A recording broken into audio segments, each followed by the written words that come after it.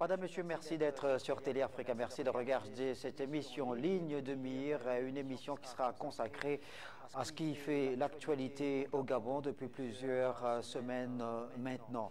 Le début de la semaine a été marqué par un nouvel élément dans le processus de transition que connaît notre pays depuis le 30 août 2023, la publication dans le journal officiel du projet de constitution qui sera donc soumis au vote du peuple gabonais le 16 novembre prochain pour le oui ou pour le non, précédé d'une campagne qui va durer 10 jours.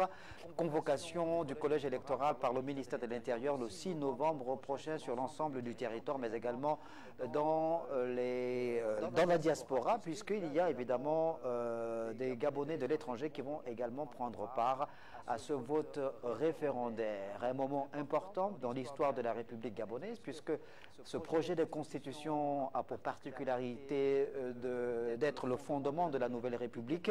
On attend donc le vote des populations et de savoir si c'est le oui ou le non qui va donc l'emporter. Dans l'émission de ce soir, on va consacrer le débat à la question relative à la souveraineté populaire, au pouvoir du peuple ou à la place du peuple dans la démocratie, à la citoyenneté pour voir dans quelle mesure le peuple gabonais devrait pouvoir s'approprier cette nouvelle séquence de l'histoire de la République gabonaise. Et pour évoquer ces différents aspects, je suis avec Barry Ndimal, député de l'Assemblée nationale de transition. Monsieur Ndimal, bonsoir.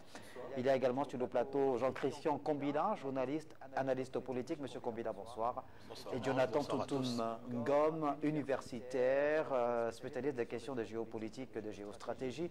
Et d'ailleurs, Jonathan Toutoum Ngom et Jean-Christian Kombila sont membres d'un collectif, d'une cellule qui fait la promotion de la Constitution, ce nouveau projet de Constitution. Monsieur Toutoum Ngom, bonsoir. Merci donc à tous les trois d'être une fois de plus au rendez-vous de l'actualité qui prévaut dans notre pays, au rendez-vous de cette émission Ligne de mire pour que nous puissions mettre le marqueur sur cette séquence importante, on a dit, de l'histoire de la République gabonaise, le référendum tant entendu, tant souhaité, un référendum qui va donc emmener le peuple gabonais à pouvoir s'exprimer à travers le vote pour le oui ou le non, en rapport donc avec la nouvelle constitution, le projet de constitution qui a été passé au peigne fin par le comité constitutionnel, par l'Assemblée constituante, par le CTRI et le gouvernement. Messieurs, désormais, ce projet de constitution est sur la place publique. Vous l'avez, je l'imagine, déjà parcouru, lu dans ses moindres détails. Le 16 novembre prochain est une date importante dans l'histoire de la République gabonaise. En quoi est-ce que Jonathan Toutoum Ngom, le peuple, a rendez-vous avec l'histoire le 16 novembre prochain? Merci. Le peuple a rendez-vous avec l'histoire de notre pays le 16 novembre prochain parce que c'est la troisième fois dans l'histoire du pays qu'un référendum va être organisé. Le dernier référendum a eu lieu il y a 30 ans. Nous étions en 1995. La première fois, c'est le 28 septembre 1958.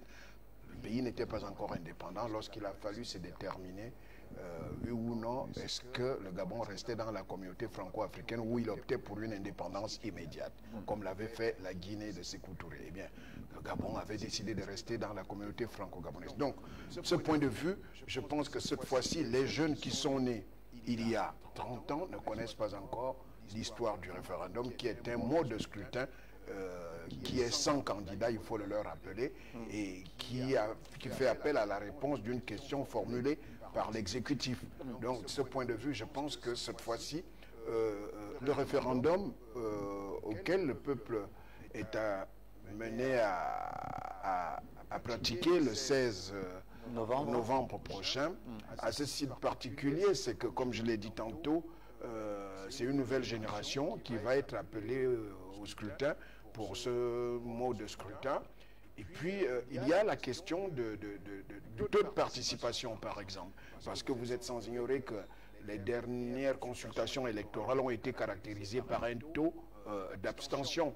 Et cette fois-ci, avec l'arrivée au pouvoir du CTRI et du président Oligui, je pense qu'il y a un regain de confiance, un regain de motivation qui pourrait faire en sorte, qui pourrait justifier la participation en masse des populations.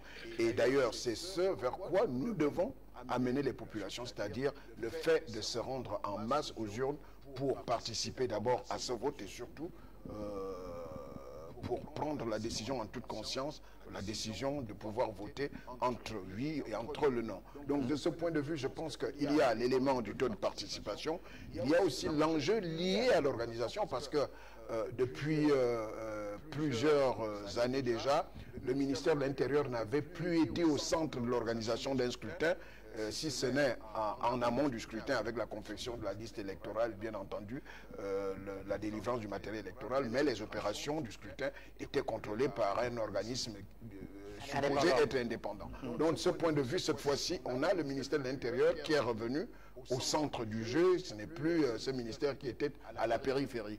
Donc on va pouvoir tester cette fois, avant par exemple les grandes échéances électorales, on va pouvoir tester la capacité d'organisation du ministère de l'Intérieur, notamment la question du matériel électoral, la question des résultats à donner. On va revenir tout à l'heure sur ces deux points. Donc c'est un enjeu historique important pour ce scrutin, surtout amener les populations à voter massivement. On va revenir évidemment sur ces deux aspects très importants dans ce processus en rapport avec les conditions d'organisation pour le ministère de l'Intérieur, mais également le point sur la mobilisation populaire, sur l'abstention évidemment pour éviter qu'il y ait une abstention importante. Jean-Christian Combila, la souveraineté du peuple, on voit que dans ce projet de constitution, dans le titre 1 consacré aux principes et les valeurs de la République, dans le chapitre 1 consacré donc aux principes, l'article 3 dispose donc que la souveraineté nationale appartient au peuple, qu'il exerce directement par le référendum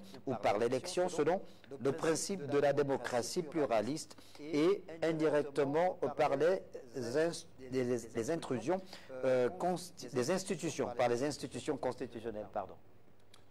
Oui,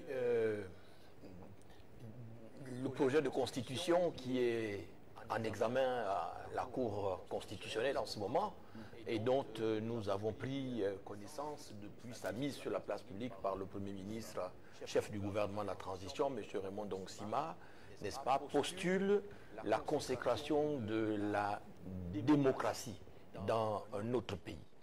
Et donc, qui dit, et dans le régime démocratique, la souveraineté appartient au peuple. La souveraineté, elle est à la fois inaliénable, elle est indivisible, mais elle est aussi imprescriptible. Et donc, le peuple a été au début du processus de transition avec les consultations et les propositions, n'est-ce pas, qui ont émané à la fois des populations établies sur l'ensemble du territoire national, que de celles établies dans la diaspora. Et donc, le peuple a été au cœur de ce processus transitionnel, le peuple a été au cœur de la constituante, et donc le peuple va se retrouver en aval du processus, parce que c'est lui, le peuple, n'est-ce pas, en tant que détenteur de la souveraineté nationale, n'est-ce pas, qui va se prononcer pour donner une véritable caution juridique et politique, n'est-ce pas, au projet de constitution en allant voter massivement le 16 novembre prochain. Et quand on parle de souveraineté du peuple, prier ce projet de constitution afin de pouvoir voter le 16 novembre prochain en toute responsabilité et lorsqu'il sera prêt, on pourra le diffuser. Barry Ndimal, on sait évidemment que dans l'histoire de l'humanité, en ce qui concerne l'organisation politique, il y a des penseurs qui ont imaginé la régulation des régimes, des différentes institutions, des régimes politiques qui ont été créés à l'exemple de Jean-Jacques Rousseau dans le contrat social qui précisait que la légitimité de l'autorité d'un gouvernement et de ses lois repose sur le consentement des gouvernés. Donc dans l'histoire du Gabon qui est en train de s'écrire, le peuple... On attend voir ce que ça va donner, mais une chose est sûre, c'est que le 16, on y sera tous. La première impression qui se dégage, c'est qu'elle va dans le sens voulu par tous les Gabonais, dans la mesure où désormais le nombre de mandats présidentiels est limité à 2, à savoir le septennat multiplié par 2, donc 14 ans, ce qui n'était pas le cas dans les constitutions antérieures. Oui, j'ai quand même pris connaissance de la nouvelle constitution. Je pense que c'est quelque chose de très important, que chaque Gabonais devait s'imprégner de ça, vu que ça concerne chacun de nous. C'est important que chacun vraiment essaie de s'atteler à parcourir cette nouvelle constitution, que au moins ça puisse nous donner plus de... nous affirmer dans notre choix du oui ou du non. Voilà, Jean-Christian Kobila, on vient donc d'écouter des Gabonais, à la suite d'un micro-trottoir qui ont commencé donc à lire ce projet de constitution et qui prennent le temps de le parcourir dans le moindre détail afin de pouvoir se prononcer en âme et conscience le 16 novembre. Oui, ça c'est déjà quelque chose de très important à relever, à savoir que les Gabonais s'expriment, ils s'expriment en connaissance de cause parce qu'ils ont pris connaissance du projet de constitution qui a été rendu public et donc ils s'engagent à participer au vote référendaire et comme vous le savez, la participation commence par la communication qui elle-même met à disposition des populations les informations nouvelles contenues dans le projet de constitution.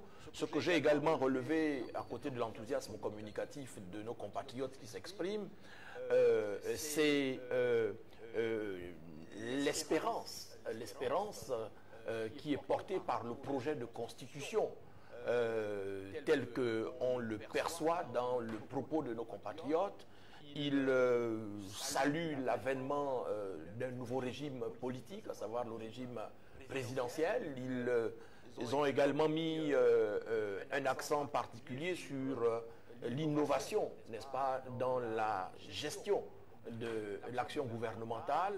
Et de ce point de vue-là, les compatriotes qui se sont exprimés pensent que ce nouveau régime-là, qui va mettre fin à une certaine confusion et même à une certaine léthargie de l'action gouvernementale, n'est-ce pas, va permettre au gouvernement, n'est-ce pas, d'être plus actif et de travailler à la fois dans la collégialité et la solidarité, mais avec le souci de l'efficacité pour répondre aux attentes pressantes des populations et pour être pleinement responsable, n'est-ce pas, devant le prochain président de la République.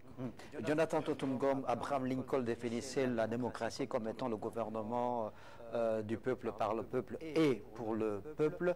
La réaffirmation justement du rôle majeur que sont appelés à jouer les Gabonais le 16 novembre prochain dans le processus de reconstruction du Gabon est incontournable. Oui, je pense que ce rôle est incontournable à partir du moment où le peuple est appelé à se prononcer sur le projet de constitution, contrairement à ce qui se passait dans les modifications constitutionnelles antérieures depuis, pour ne prendre que cette phrase chronologique, depuis 1990. C'est des lois fondamentales qui ont toujours été votées dans les salons feutrés. Je n'ai rien contre mon petit frère de l'Assemblée nationale, mais on a toujours eu la voie parlementaire qui a toujours été primée jusque-là. Mais pour une fois, je pense, c'est à mettre à l'actif du président Oligui et du CTRI. Pour une fois, on convie la population à pouvoir se prononcer elle-même sur l'adoption de la nouvelle constitution. Ça a commencé par l'appel lancé par le Premier ministre, je pense en octobre 2023, les contributions qui ont été demandées au peuple gabonais et des 38 000 contributions, plus de 1000 concernaient des avis des populations sur la future constitution. Après, on est allé au dialogue national inclusif où les Gabonais qui étaient invités à ce dialogue se sont prononcés aussi, ont donné des avis dans le rapport général de ce dialogue qui a été remis au chef de l'État. Et puis il y a eu la nomination du comité national constitutionnel qui a rédigé ce projet de constitution. Et puis le texte est parti à l'Assemblée nationale, au Sénat, qui ont été transformés en constituante pour relire et donner des avis motivés. Et puis le texte est parti cette fois au gouvernement et le CTRI qui se sont prononcés en dernière lecture. Maintenant, je pense qu'il y a eu peut-être ce qu'on peut appeler ce vice de forme, c'est-à-dire que le gouvernement s'est empressé de publier parce que, en fait, le texte se trouve aujourd'hui au niveau de la Cour constitutionnelle. Il a peut-être fallu attendre que le texte sorte de la Cour constitutionnelle pour finalement avoir la version définitive, parce qu'il n'est pas exclu que la Cour constitutionnelle, qui juge la constitutionnalité des lois, trouve peut-être certaines dispositions,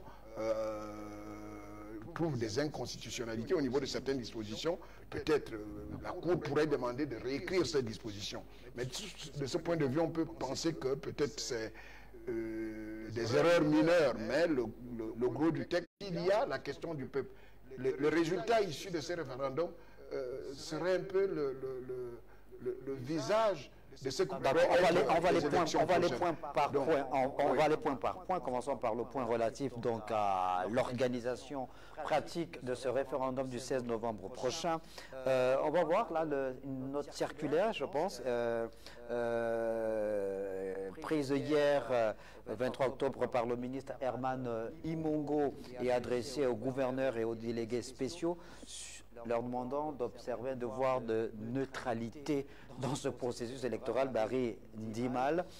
Alors, ce rappel, c'est quoi? Est-ce qu'on peut considérer ça comme une forme de rappel à l'ordre de la part... Effectivement, c'est un rappel à l'ordre parce que les gens ont tendance à oublier que quand on occupe certaines fonctions, on représente l'administration, et l'administration, elle est neutre, elle n'a pas de coloration politique, même si notre, personnellement, on a une opinion, mais quand on exerce certaines fonctions, comme gouverneur, préfet ou maire, qu'on appelle délégués spéciaux, on représente la collectivité, donc on n'a pas de coloration, on n'a pas affiché ses opinions personnelles, et c'est de bon droit que le ministre de l'Intérieur a rappelé cela aux différentes autorités déconcentrées et décentralisées. Ceci étant, le référendum à venir, comme nous le disons, est un moment important, il faut le rappeler. C'est un grand moment de rassemblement, c'est un rendez-vous. Les Gabonais vont échanger, vont discuter entre eux. Nous souhaitons que cette campagne qui va s'ouvrir dans les jours à venir se fasse dans un climat de sérénité, dans un climat de fraternité, et que nous n'assistons pas aux excès. Nous voulons une démocratie apaisée. Et nous pensons que le ministère de l'Intérieur, qui est en charge de l'organisation de ces élections, va jouer pleinement son rôle, et que les différents acteurs de ce processus-là vont également jouer leur partition pour que le 16 octobre, nous puissions avoir un résultat qui est celui des urnes, et que le pays et le processus de transition passent à une seconde étape. Alors, le rappel à l'ordre d'Herman Imongo, Jean-Christian Kobila, tombe à point nommé, d'autant plus qu'on est dans un contexte sur le plan politique un peu brouillé. On a vu la faveur de la rentrée politique du Parti démocratique gabonais et le communiqué 067 du Comité pour la transition et la restauration des institutions. On sait que bon nombre de gouverneurs, délégués spéciaux même de préfets, et on va revenir d'ailleurs sur le cas des préfets, sont issus du Parti démocratique gabonais, même si le PDG appelle à voter oui lors de ce prochain référendum-là, mais le devoir de neutralité, d'impartialité, vaut son pesant d'or. L'État doit être impartial, et c'est justement parce que dans un passé relativement récent, les détenteurs de l'autorité de l'État, n'est-ce pas, ont parfois perdu de vue cet idéal républicain. Et le communiqué du ministre de l'Intérieur, M. Herman Imongo, tombe sous le sens, parce que dans le contexte actuel, n'est-ce pas, qui est marqué par un brouillard politique, n'est-ce pas, il est de bonne loi que les gouverneurs en fonction et même les délégués spéciaux en fonction, n'est-ce pas, est présent à l'esprit, n'est-ce pas, le sacerdoce républicain, le service de l'État, n'est-ce pas, et qu'ils puissent observer, comme l'autorité ministérielle le leur demande, la stricte neutralité en perspective, il y a le vote du 16 novembre. Est-ce qu'on peut considérer que c'est un vœu pieux de la part du ministère de Non, l'Intérieur, sachant que le ministre de l'Intérieur lui-même était militant du Parti démocratique gabonais? On l'a vu très actif lors de la dernière élection, lors des élections générales. Alors, évidemment qu'on peut lui accorder une certaine... le bénéfice du doute, mais la réalité, elle est là. C'est-à-dire, quand on voit les agissements du Parti démocratique gabonais aujourd'hui, tout ça, ça peut prêter à confusion. Non, il était de bon ton, mais vraiment, il est de bon ton que le ministre fasse ce rappel à l'ordre. Pourquoi? Parce que le vote référendaire n'est pas un vote partisan. La Constitution n'a pas de coloration politique. La Constitution, c'est la loi fondamentale, c'est la loi suprême de la République qui organise le vivre ensemble, qui organise la vie institutionnelle et politique de notre pays. Et donc ce vote-là, comme d'ailleurs il est écrit dans le projet de constitution, le vote, il est secret, donc il ne doit subir aucune influence. Et les premiers à garantir, n'est-ce pas, ce secret du vote, ce sont les autorités, n'est-ce pas, déconcentrées et politiques qui sont établies dans les différentes localités. Ces autorités-là sont en contact avec les autorités traditionnelles, avec les autorités religieuses, avec les autorités locales, établies localement, et donc la société civile aussi, les forces vives de la nation. Et ces autorités-là, n'est-ce pas, ont à relayer le message des plus hautes autorités auprès de ces différents publics cibles-là. Et ceci doit se faire dans la stricte neutralité et dans un esprit républicain pour promouvoir la participation la plus large possible, comme le recommandent les autorités du Comité pour la transition et la restauration des institutions. Jonathan Totomgom, lorsque le ministre de l'Intérieur relève cette situation, ce qu'il a pris la mesure de la chose et l'importance justement de faire en sorte que ce scrutin du 16 novembre se déroule dans de très bonnes conditions, que toutes les parties prenantes dans la chaîne organisationnelle jouent parfaitement cette partition-là. Est-ce que, en prenant la mesure de la chose, on peut se projeter au-delà du 16 novembre lorsqu'il s'agira d'organiser les futures élections présidentielles, législatives et locales? Est-ce qu'on peut s'attendre à ce qu'il y ait une recomposition de l'appareil de l'État en termes de démembrement des gouverneurs, des préfets, sous-préfets, notamment dans la chaîne en rapport avec l'organisation des élections? Mais je vous l'ai dit tout à l'heure, je vous ai dit, pour prendre cette image-là, je vous ai dit que le référendum était une espèce de bac blanc qui présage déjà de ce que sera l'organisation des autres élections, du reste des élections qui sont aussi très importantes. Notamment, il s'agira de désigner le nouveau président de la République. C'est une élection majeure. Il s'agira de désigner la future Assemblée nationale, le futur Sénat à travers les élections locales. Donc, l'organisation du référendum est déjà un test grandeur nature pour le ministère de l'Intérieur et ses démembrements. Et de ce point de vue, je pense que le ministre a raison de tirer la sonnette d'alarme pour garantir la neutralité des autorités décentralisées et déconcentrées. Parce qu'en dehors des décisions administratives consignées sur papier, il faut scruter le comportement de ces autorités-là au moment de la campagne électorale. Il ne faut pas qu'elles prennent parti pour une position ou pour une autre, sous prétexte qu'on aura été nommé par les plus hautes autorités. L'État doit garantir l'impartialité. Et puis, je pense que le ministre de l'Intérieur a tout à fait raison, parce que c'est une confiance qui a été accordée une fois de plus au ministère de l'Intérieur, si tant est que dans les plus grandes démocraties, les élections sont toujours organisées par le département ministériel en charge de l'Intérieur. On a peut-être fait une exception à partir du moment où on avait connu de graves irrégularités lors des élections législatives de 1990-91, lors de l'élection présidentielle du 5 décembre 1993. Ce sont ces irrégularités-là qui ont amené les différentes négociations à proposer sur la table l'organisation par un organisme indépendant. Mais de ce point de vue, je pense qu'on est revenu à la normalité institutionnelle, celle de confier l'organisation des élections au ministère de l'Intérieur. Il appartient donc au ministère de l'Intérieur de se montrer à la hauteur des enjeux de ce nouveau Gabon auquel nous rêvons tous, c'est-à-dire une organisation très crédible, du processus électoral et dont les résultats pourraient être reconnus par tous. Et de ce point de vue, le référendum s'avère donc un test important et le ministre de l'Intérieur prend le sens de la mesure, s'engage dans cette responsabilité en demandant à ses démembrements, aux autorités déconcentrées, de faire en sorte que ces élections se déroulent sans trop de problèmes. Parce qu'il est incompréhensible que nous organisons des élections et qu'on nous donne des résultats 7-8 jours après. Je pense qu'aujourd'hui, avec les nouvelles technologies de l'information, on est tout à fait, le ministère de l'Intérieur est tout à fait capable de pouvoir annoncer les résultats, si ce n'est le même jour, mais au moins le jour qui suit, que nous ayons déjà les résultats qui doivent être ceux issus des urnes. Parce que les populations reconnaissent la nature de leur vote. Il est inconcevable que dans le bureau de Moulingi Binza, on sait que le oui l'a emporté à hauteur de 80%, par exemple, ou le non l'a emporté à hauteur de 40%, par exemple, mais qu'on vienne annoncer le contraire. Et c'est ce qui pose toujours problème.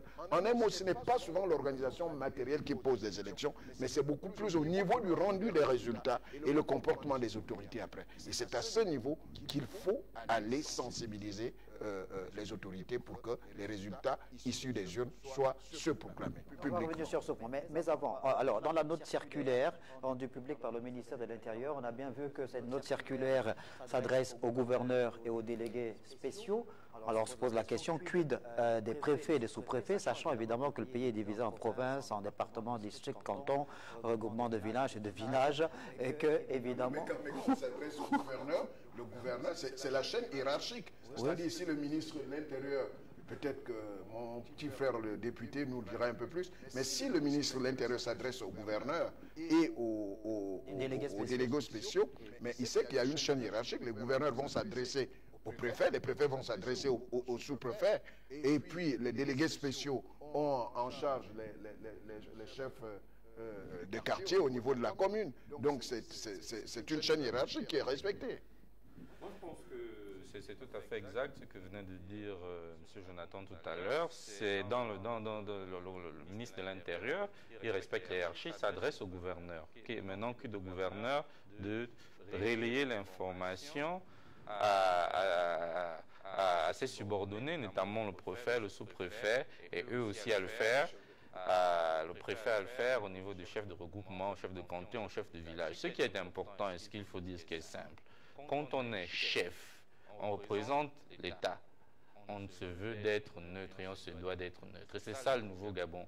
Et on ne peut pas continuer avec les pratiques que nous avons dénoncées hier et qui ont mené au CETRI de prendre le pouvoir. Quand on est gouverneur, on est préfet, on est sous-préfet, on est chef de canton, chef de regroupement, chef de village, maire ou chef de quartier, on représente l'État, ben, on est censé être neutre, même si on a nos préférences personnelles. Et nos préférences personnelles ne doivent pas, on ne doit pas utiliser notre position de chef d'administration pour pouvoir influencer le vote. Et c'est tout à fait normal que M. Imongo ramène les uns et les autres à l'ordre. Et bon, moi, ce que je peux dire à ce sujet, c'est que comme le CETRI n'a pas procédé à un grand changement en ce qui concerne les autorités déconcentrées, surtout, donc ils ont certainement gardé des mauvais réflexes, et bon, nous leur pardonnons et nous pensons que vite ils vont rentrer dans les rangs et que on ne va plus assister à ces choses, à ceux à quoi on assistait par le passé, où des gouverneurs venaient comme ça, prenaient X position en faveur de tel camp ou de tel parti politique. Ce n'est plus acceptable. Alors, Jean-Christian Kombila, le communiqué 01 du CTRI, le 30 août 2023, faisait mention de l'arrêt du processus électoral parce que les forces de défense et de sécurité avaient fait le constat que les résultats de ces élections avaient été tronqués. C'est un test grandeur nature, dixit Jonathan Totongom il y a quelques minutes sur ce plateau-là. Est-ce que le CTRI, évidemment, est en train de jouer là aussi son va-tout par rapport à la qualité de l'organisation de ces élections-là, de cette élection du référendum du 16 novembre? Le CTRI est cohérent avec l'idéal, n'est-ce pas, républicain et démocratique qu'il porte depuis le 30 août 2023. Le CTRI est constitué des forces de sécurité et de défense. Leur doctrine est le service de l'État et le sens du sacrifice suprême. Et donc, nous l'avons vu avec la méthodologie participative utilisée par le CTRI depuis le début avec l'inclusivité.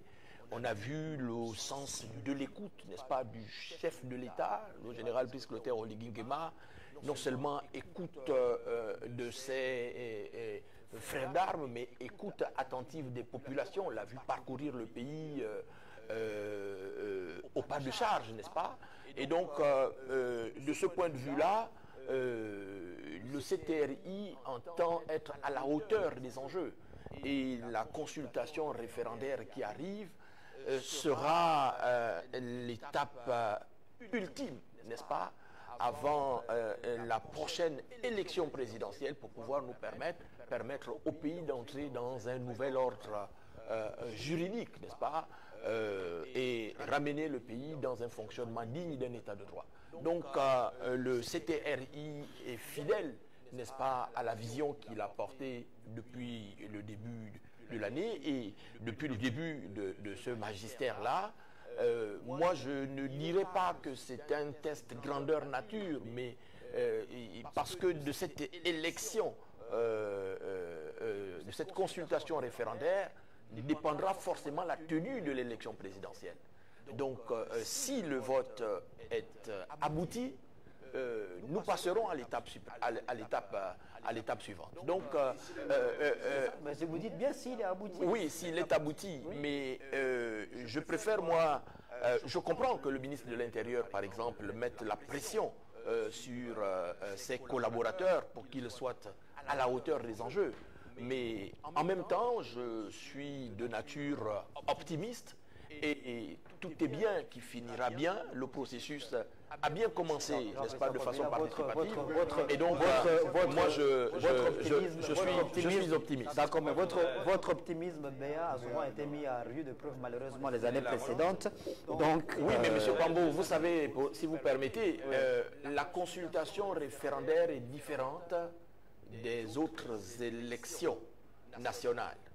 La consultation référendaire n'est pas le vote d'un individu, c'est le vote d'un idéal républicain. On est en train de parler de la qualité, on est en train de parler de la qualité de l'organisation. C'est justement là, puisque le référendum est un mot de vote sans candidat, donc si on fausse l'organisation cette fois-ci, que des élections où il y aura plus de pression avec des candidatures. Donc, je pense qu'il faut se garder de ce genre d'optimisme, Jean-Christian. Non, je l'assume. Oui, vous pouvez l'assumer. Je l'assume. Mais il faut que nous reprécisions que naturellement, c'est une élection, c'est un test grandeur nature. Parce que si le ministère de l'Intérieur et le CTRI organisent des élections référendaires peu crédibles, à ce moment-là, la confiance pourrait être retirée par rapport à l'organisation des élections où il y aura plus de pression parce que ce sont des élections qui seront organisées avec des candidats. De ce point de vue, la pression est plus grande. C'est pourquoi nous disons que le CTRI et le ministère de l'Intérieur doivent démontrer leur capacité de pouvoir organiser des élections référendaires où on jugera par exemple de la qualité du matériel électoral, on jugera du taux de participation, on jugera du rendu des résultats, on jugera de la qualité des gens qui auront été affectés dans les bureaux de vote, leur capacité à pouvoir organiser des élections en temps et en heure et la capacité à pouvoir rendre des résultats qui seraient acceptés par tous. Mais si cela n'est pas fait, à ce moment, le doute va encore s'installer avant l'élection présidentielle, avant les élections législatives et locales. Et c'est pourquoi nous disons que le référendum est une espèce de bac blanc pour le CTRI et pour le ministère de l'Intérieur dans la capacité d'organiser cette élection. Nous ne disons pas que ça va mal se passer, nous sommes aussi optimistes, mais un optimisme béat appelle aussi à une prudence, une certaine prudence. Oui, je voudrais seulement ajouter à la suite du grand frère Jonathan que l'élection du référendum, pour moi, le CTRI va jouer sa crédibilité. Parce que c'est la cause de l'avènement du CETRI, c'est la mauvaise organisation des élections. Donc, c'est la première élection sur le CETRI. Le ministère de l'Intérieur, avec toutes les forces vives, nous tous, nous devons tout mettre en œuvre pour que ces élections se passent bien et que la confiance soit retrouvée. Parce que si les élections sont mal organisées, ben je ne sais pas dans quel climat de méfiance nous allons organiser les futures élections. Donc c'est un texte vraiment grandeur nature, il en va de la crédibilité non seulement du CETRI, du gouvernement, et je veux même dire du processus transitionnel de notre pays. Nous voulons des élections crédibles, transparentes et démocratiques. C'est l'aspiration du peuple gabonais. Il n'y a pas de raison que ce référendum-là, nous puissions le rater. Et tout le monde a les yeux rivés vers le ministère de l'Intérieur. J'espère, et moi c'est mon souhait, qu'il puisse réussir ce challenge-là. C'est le premier défi parce que l'élection, c'est au travers de l'élection qu'il y a la confiance entre le peuple et le gouvernement. Et si on rate les élections, ben, il y aura la cassure. Et s'il y a une cassure, ben, on va retomber dans les mêmes travers que nous avons connus les 50 dernières années. Alors, l'objectif, évidemment, ce n'est pas de jeter la psychose, une forme de psychose sur la place publique, mais c'est de rassurer, de faire en sorte que ce vote du 16 novembre prochain se déroule de façon excellente. Oui, M. Pambo, mais oui, il y a le ministère de l'Intérieur qui organise les élections, mais il y a tout le gouvernement qui doit être mobilisé. Et je pense à un secteur comme le nôtre, celui de la communication. Parce que, voyez-vous, M. Pambo, tous les Gabonais ne lisent pas. Et je ne fais pas insulte à une catégorie des Gabonais, mais moi j'ai ma grand-mère qui vote, j'ai mon grand-père qui vote, mais qui ne savent pas lire, n'est-ce pas? Donc eux n'auront pas lu la Constitution, le projet de Constitution, mais leur voix est égale, ou leurs voix sont égales, n'est-ce pas, à celles de ceux qui savent lire et qui auront lu la Constitution.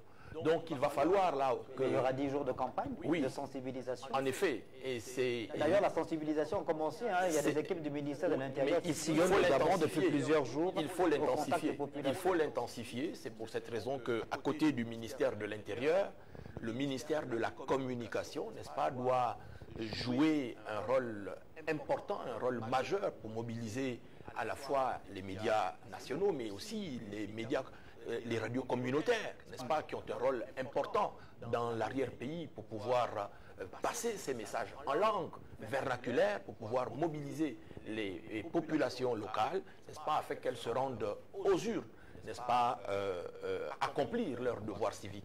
Ces populations, pour la plupart, ont été habituées à voter un enfant, un député, un sénateur, un maire.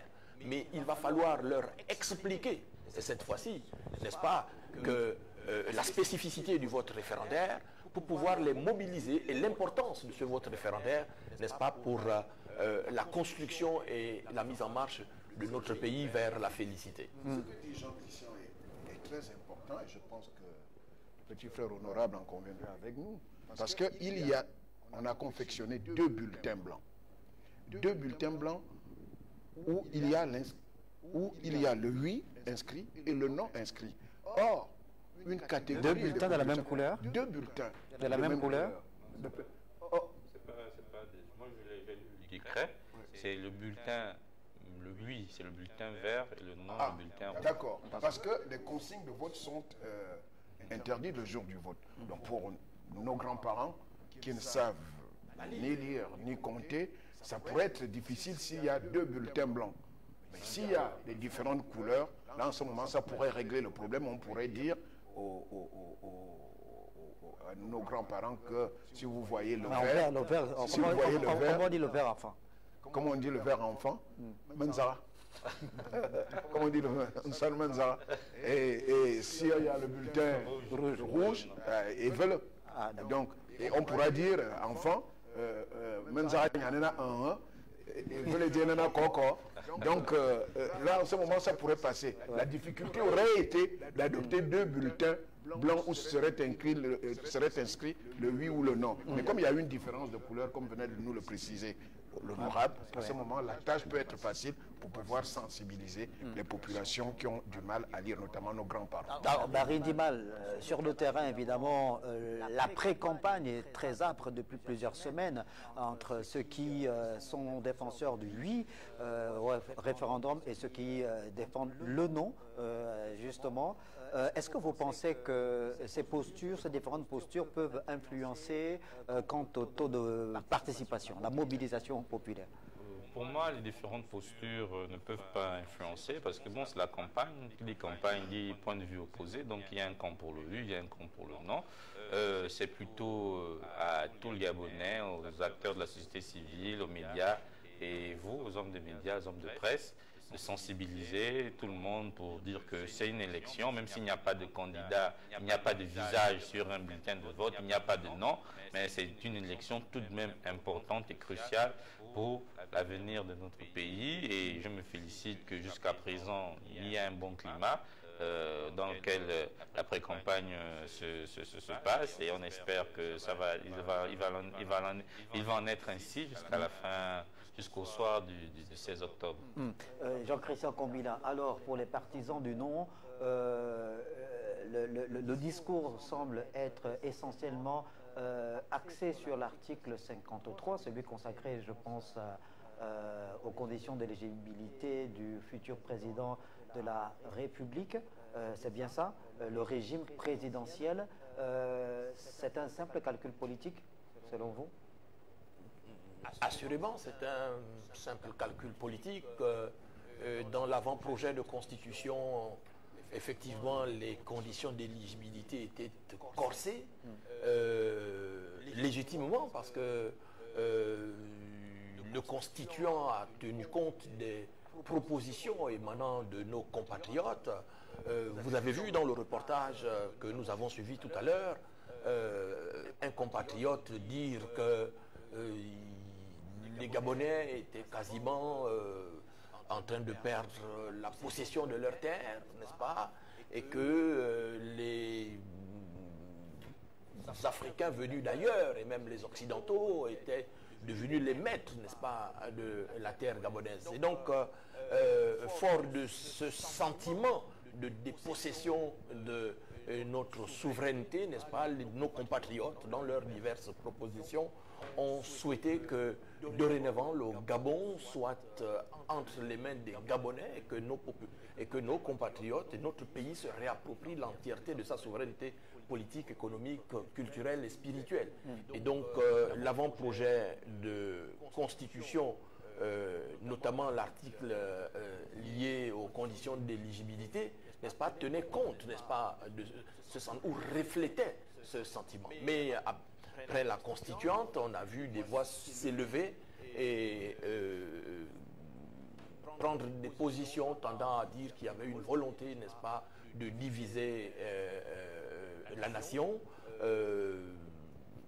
parce qu'on ne tenait pas compte, n'est-ce pas, de ses compatriotes qui seraient nés d'un parent étranger. Donc après la constituante, le président de la transition, chef de l'État, le général bisekouté Oligui Nguema, et le CTRI ont arbitré, n'est-ce pas, et donc cette condition d'éligibilité du chef de l'État ont été assouplies.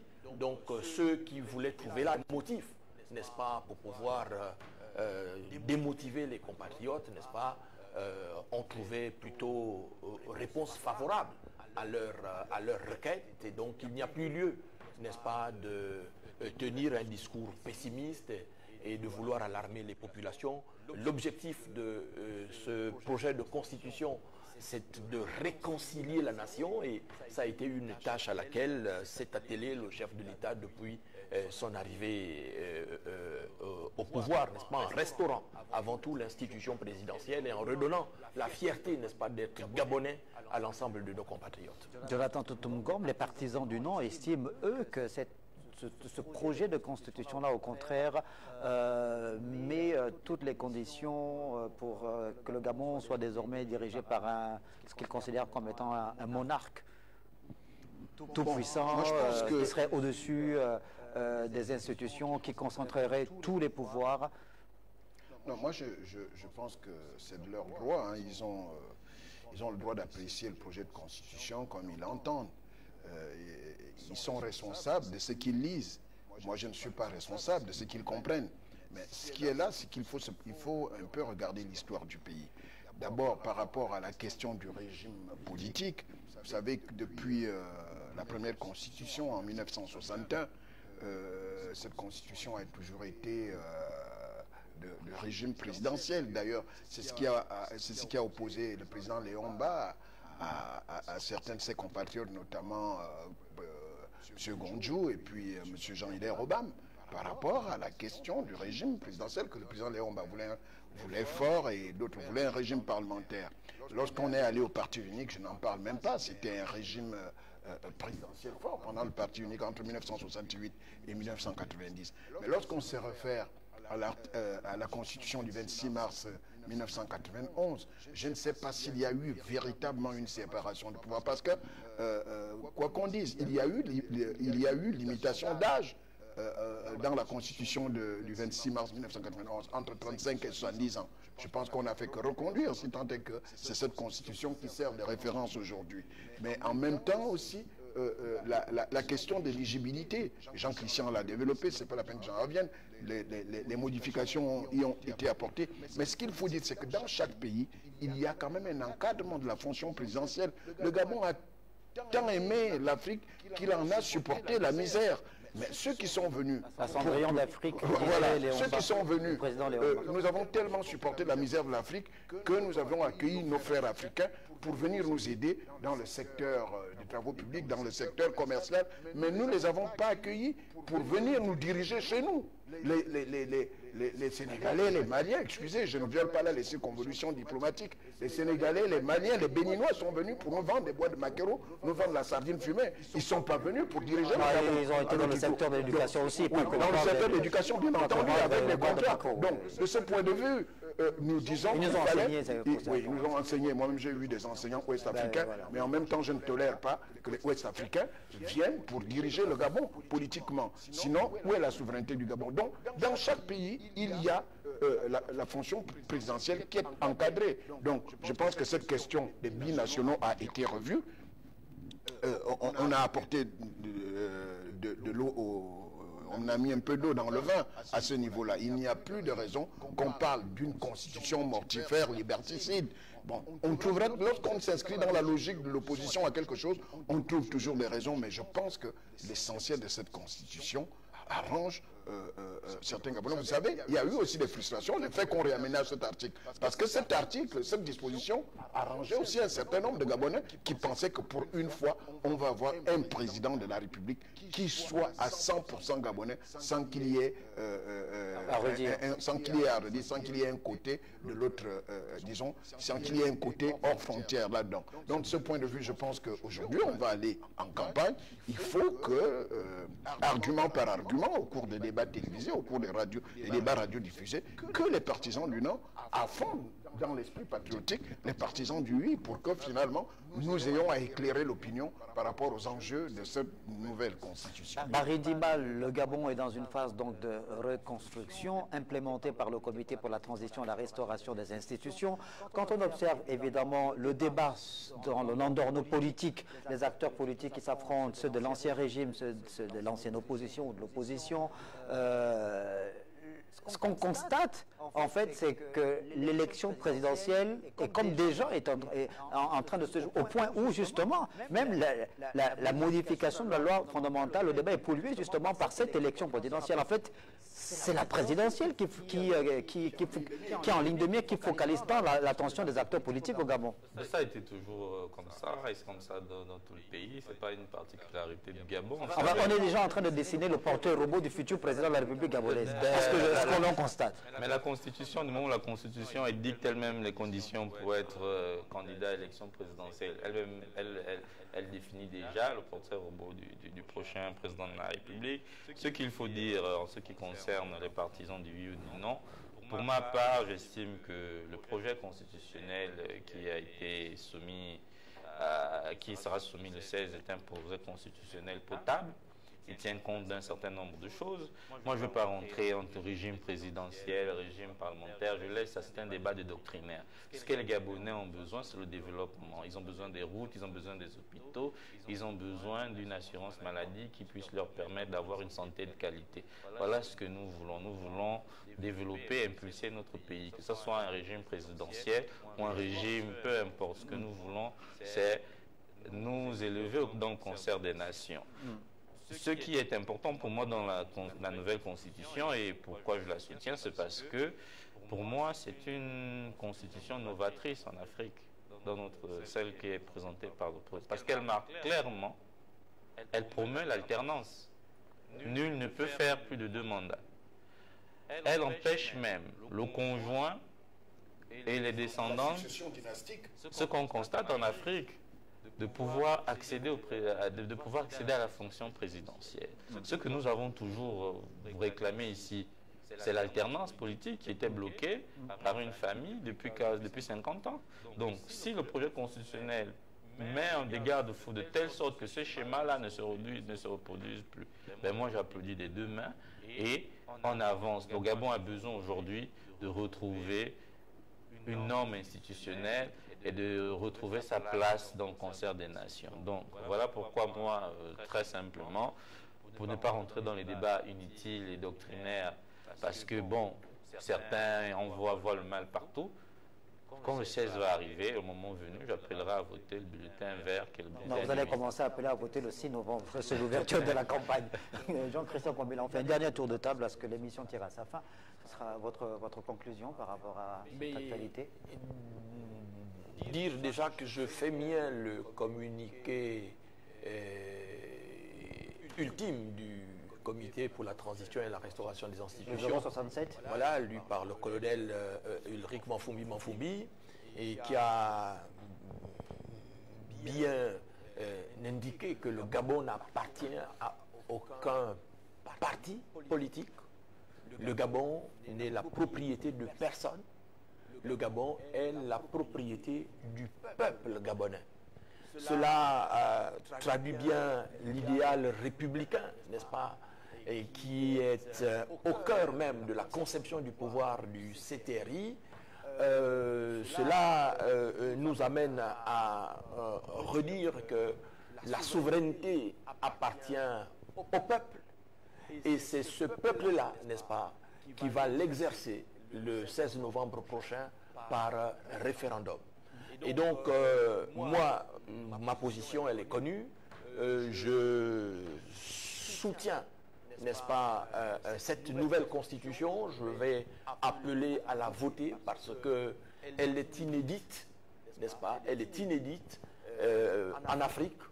Elle règle un certain nombre de problèmes auxquels notre pays était confronté, notamment le problème de l'alternance, comme nous l'avons dit ici, le problème de l'idéal républicain, parce qu'il interdit la succession dynastique du pouvoir, il garantit les libertés fondamentales, il donne à la société civile une place de choix dans le processus démocratique, mais surtout, pour la première fois dans l'histoire de notre pays, la Constitution va reconnaître un statut à l'opposition.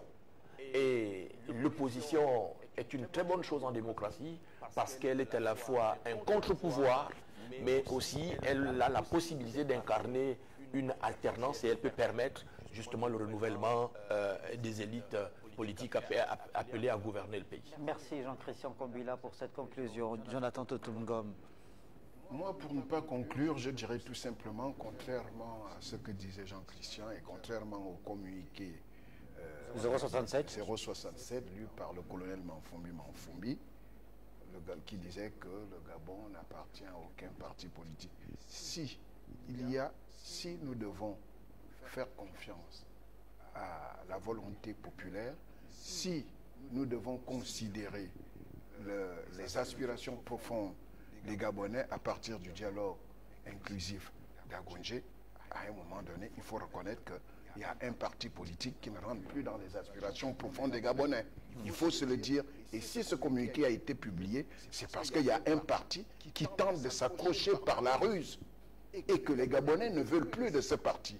Maintenant qu'on dise que bon, il faut laisser l'expression démocratique pour tous les partis, mais nous ne respectons plus la volonté. Il ne faut pas qu'on fasse des résolutions d'Agonji, même si ce ne sont pas des injonctions. Il ne faut pas qu'on en fasse une espèce de tiroir pour une femme qui prend le bijou qu'elle veut un jour et qui renvoie le tiroir en fonction de la météo. Non.